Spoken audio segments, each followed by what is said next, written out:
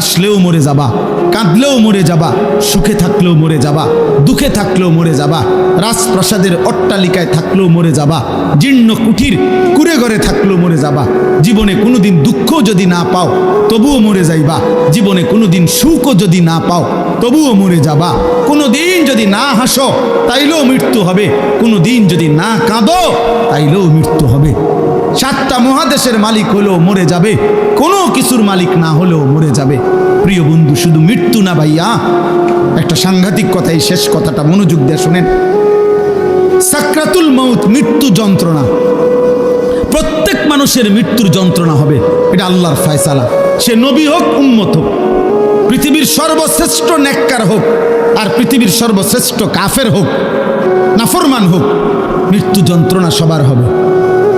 তিনি নবী হন আর উম্মত হন, মৃত্যু যন্ত্রণা সবার হবে। আমাদের প্রিয় নবী সাল্লাল্লাহু আলাইহি ওয়াসাল্লামেরও সাকরাতুল মউত, মৃত্যু যন্ত্রণা ছিল, বিশুদ্ধ হাদিসের মধ্যে আছে। ইমানদারেরও মৃত্যু যন্ত্রণা হয়, নাফরমানেরও মৃত্যু যন্ত্রণা হয়। বাকি একটু পার্থক্য হইল, ইমানদারের মৃত্যুর যন্ত্রণা যখন শুরু হয়, খোদার কসম ইমানদার তখন খুশিতে